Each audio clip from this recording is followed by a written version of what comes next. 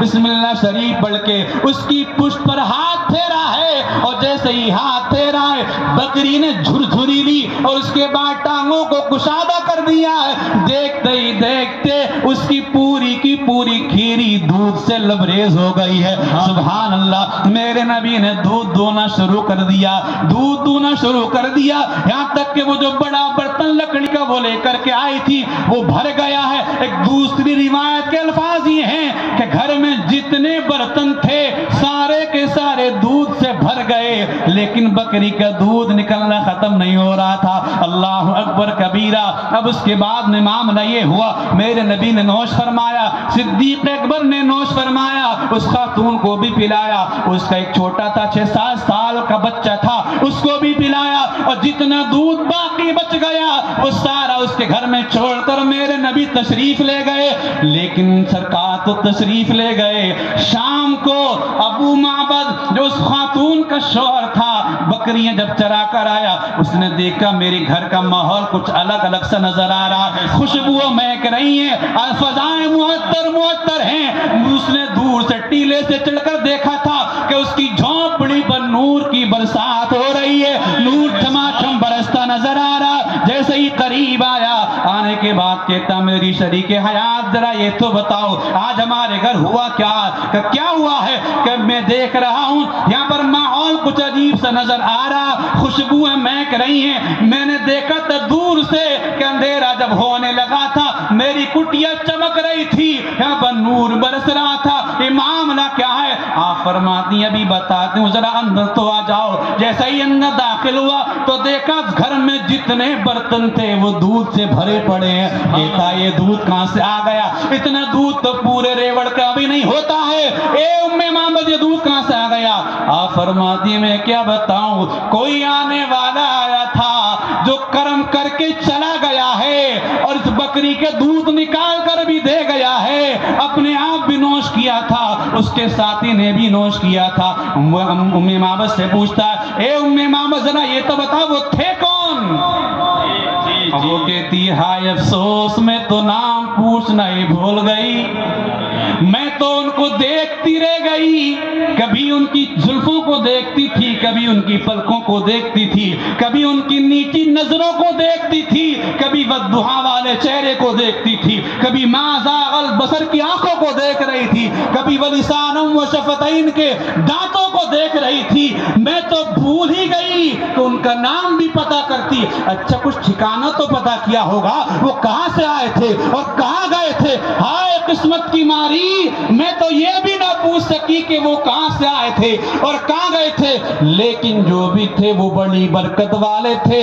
ہاں سنو مبارک آیا تھا جو ہم پر کرم کر کے چلا گیا ہے، مبارک آیا تھا، اپنی طرف سے انہوں نے نام رکھ لیا، مبارک آیا تھا، نام بھی پیارا، مبارک مانا برکت والا۔ اب جب روز دسترخوان پر بیٹھتے تو کبھی ان کی زلفوں کی باتیں کرتے، کبھی ان کے چہرے کی باتیں کرتے۔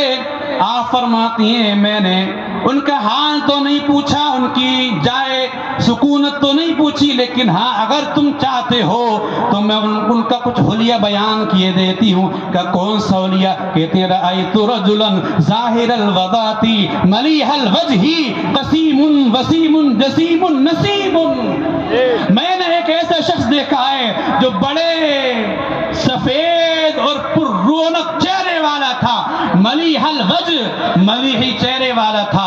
ملیحی چہرے والا کس کو کہتے ہیں؟ کہ جس کے حسن میں ایسی چسک ہو جو ایک بار دیکھے دل نہ بھرے، پھر دیکھے پھر دیکھے پھر دیکھے پھر دیکھے، کہ جس کو بندہ دیکھتا ہی چلا جائے لیکن دل اس کا نہ بھرے، یہ تیرے میرا نبی ہے۔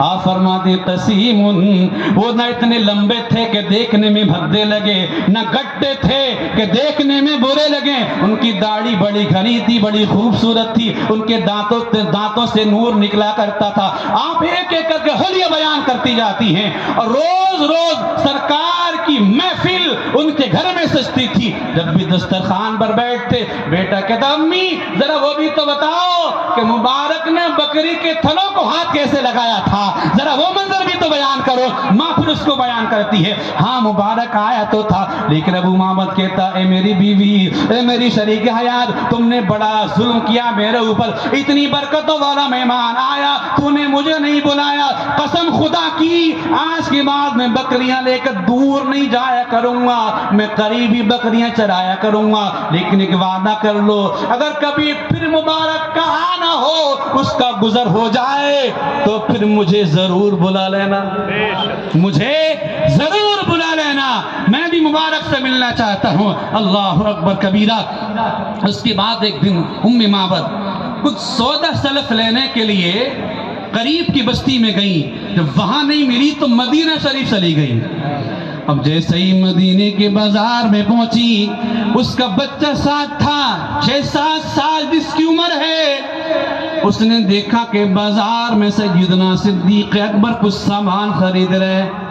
اب جیسے ہی بچے نے دیکھا فوراً چیخ اٹھا، یا امّا ھذا الرجل الذی کان مع المبارک، اماں دیکھو وہ جو مبارک کے ساتھ آیا تھا نا، وہ سامنے کھڑا ہے، وہ سامنے کھڑا ہے۔ اب جو سودا لینے گئی تھی وہ تو بھول گئی، دوڑ کر صدیق اکبر کی بارگاہ میں آتی ہے اور کہتی ہیں اے پردیسی انسان، ذرا یہ تو بتا مبارک کہاں ہے، جب سے گیا ہے پلٹ کر نہیں آیا ہے۔ کہ کون مبارک؟ ارے وہی جو تیرے ساتھ آیا تھا، ہماری بگڑی بنا کر چلا گیا ہے، بکری کا دودھ نکالا تھا۔ آپ سمجھ گئے، اچھا اچھا یہ میرے نبی کی بات کر رہی ہے، اس نے مبارک کی بات کی ہے۔ آئے لے کر میرے نبی کی بارگاہ میں، سرکار مسجد نبوی میں تشریف فرما ہے، سینے مسجد نبوی میں آرام فرما تھے میرے آقا، سرکار کی بارگاہ میں لا کر کے بٹھا دیا۔ کہتی ہیں مبارک تم نے تو بڑا تڑپایا، آپ تو ایسے آئے کہ میں آپ کا نام بھی نہ پوچھ سکی اور میں آپ کا ٹھکانہ بھی نہ پوچھ سکی، ذرا یہ تو بتا دو آپ ہیں کون اور کہاں سے آئے تھے اور یہ کیا کر رہے ہیں؟ آپ نے فرمایا بڑی بھی تو جانتی نہیں ہے، میں اللہ کا سچا رسول ہوں، اللہ نے مجھے اپنا محبوب نبی بنا کر کے بھیجا ہے، ایسا کر تم بھی کلمہ پڑھ کے مسلمان ہو جا، کلمہ پڑھ لے مسلمان ہو جا۔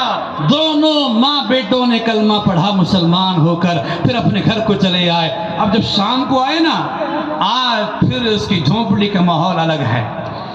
آتے ہی اس کے شوہر نے کہا معبد آج میں تجھے معاف نہیں کروں گا، تو نے پھر ظلم کیا ہے۔ کہ کیا مطلب؟ کہ میں دیکھ رہا ہوں میرے گھر کا ماحول کچھ مہکا سا نظر آ رہا ہے، آج الگ ہی خوشبو آ رہی ہیں، ایمان کی خوشبو مہک رہی ہے۔ معبد کہتی ہیں کیا بات ہے؟ کہ آج مبارک پھر آیا تھا، تو نے مجھے آج بھی نہیں بلایا۔ کہتی ہے نانا نانا مبارک نہیں آیا تھا، بلکہ آج تمہاری بیوی مبارک کا ڈیرا مدینے میں دیکھ کر آ گئی ہے، وہ کوئی اور نہیں، وہی ہے جس کو زمانہ محمد رسول اللہ کہتا ہے۔ یہ ہمارے اور آپ کے نبی کی شان ہے، یہ نبی